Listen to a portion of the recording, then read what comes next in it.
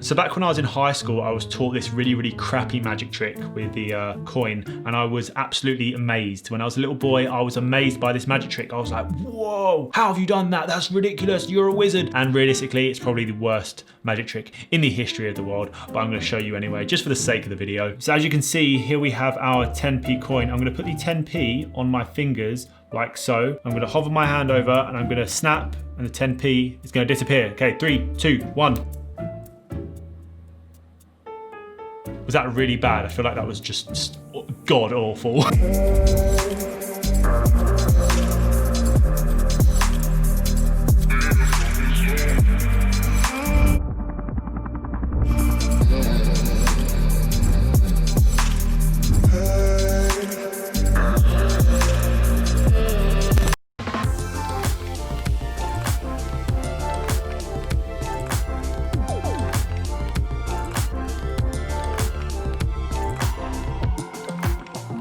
What is good, everyone, and welcome back to yet another video. I hope you all had a good weekend, or if you're in the UK, a good bank holiday weekend. In today's video, we are going to be discussing the most underrated, the most godly, the best lens of all time. And no, I'm not talking about the 85mm because that is actually the best lens of all time. We are talking about the 50mm f1.8 by Canon. And for anyone thinking right now, no, I've not switched to Canon, I've not suddenly gone from Sony to Canon, I actually found this under my bed. I was having a bit of a clear out the other day and I stumbled across this. This is the first ever lens I bought when I was doing photography, alongside the stock lens that came with my Canon 100D, which was my first camera. This was the first ever lens that I bought, that I purchased of all time. And I found it under my bed and I thought, you know what, I'm gonna make a video on this because this is the most underrated lens of all time. And for anyone that hasn't heard of this, you'll probably have heard it being referred to as the Nifty 50. This is probably one of the best lenses of all time for anyone who is a beginner, startup photographer. I would really highly recommend this lens, and I'm going to talk a little bit about it in this video. Before I go any further, one thing to keep in mind if you're going to buy this lens is that if you have a crop sensor camera, not a full frame camera, a crop sensor camera, this is going to be more like an 80mm instead of a 50mm. For you that have full frame cameras, of course, this is going to be a 50mm, but for anyone that has a crop sensored camera, this is going to be more like an 80mm. Let me quickly show you guys the difference. For example, if you put this lens on a crop sensored camera, in my case, I'm going to be using the Sony a6400, which is a crop sensored Sony with an adapter on. The picture is going to look something like this. Now, if you put the same lens on a full frame camera, and I'm going to put it on my Sony a7 III with the same adapter, it is going to look like this. As you can see, the photo taken on the crop sensored camera looks a little bit more zoomed in than the one that was taken on the full frame camera, which is true to actually 50mm. The reasoning behind this is because the APS-C sensors are actually cropped by 1.6 times. Hopefully that made sense to any of you guys watching, because I think it made sense to me. But now we've got that out of the way, let's open the box, because I have not seen this lens in a very long time. I actually forgot I had it. I knew I had it somewhere, but I can't remember where it was, and here she is. It's actually in very good condition. But yeah, this right here is the Nifty 50. The amount of years I spent with this lens shooting on my Canon 100D, my old camera, was insane. But it is in great condition still, which I'm very surprised at. Now, I have said this a lot in my previous videos, and for anyone that knows me, I am all about compactability. I love having small camera gear. I love having small camera bodies. I love having small lenses. I just love to be able to fit everything in my camera bag. I have a lot of these Zeiss Batis lenses for Sony, which are very small lenses. They're really light, and I can fit all of them in my camera bag and not take up like half the bag. For me, I'm all about compactability, and this lens right here fits in that category because it is so small. You can put this absolutely anywhere in your camera bag. If you have just this lens on you, look at the size of it. You could even put it in like the inside pocket of your jacket if you wanted to, which is one thing that I absolutely loved about having this little lens on me. Whenever I was out shooting, I could literally slip it in the side of my backpack, in my jacket pocket if I wanted to,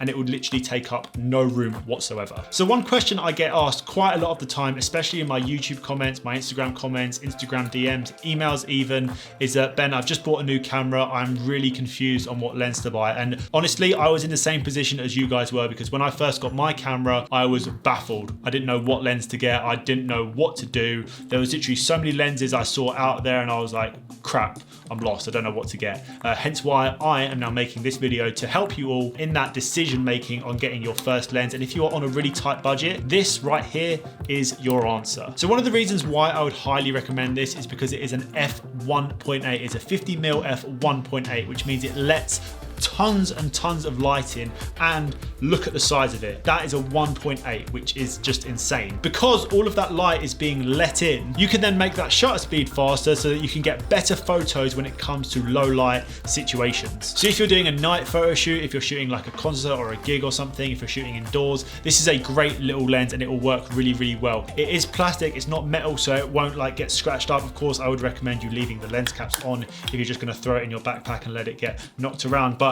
it's a little plastic lens, which means it's not very fragile, it's not delicate, it's not gonna break. Of course, if you drop it, then obviously it might break. Being it's small, you can chuck it in anywhere. Really, really nice material, and it's not too heavy either. Of course, if you were to spend like £1,600 on a G Master or a new Canon RF lens, you're gonna take a lot more care of that lens because it's cost you more money, it's more delicate, and it's much bigger. So you're gonna look after that lens a lot more, baby it, cherish it, nourish it like it's your child. Whereas this, which is £100, you're just gonna throw it. Back when I first started, I even used this lens for a lot of paid jobs as well. When I first started out and I was taking pictures of shoes and sneakers and things like that, a lot of those photos that I was posting up on Instagram for that duration, that time where I was like getting into photography, were all taken on the 50mm 1.8 because it's just such a good little lens to have, and it just creates such a really nice depth of field. You get that nice blurry background, and I even used this for some paid jobs, especially when I went out to Miami when I shot for Puma. I shot that whole campaign solely on this 50mm 1.8, which was just ridiculous. And it's again £100. It's not expensive at all. Now, if you guys are a big fan of having those amazing super shallow depth of field,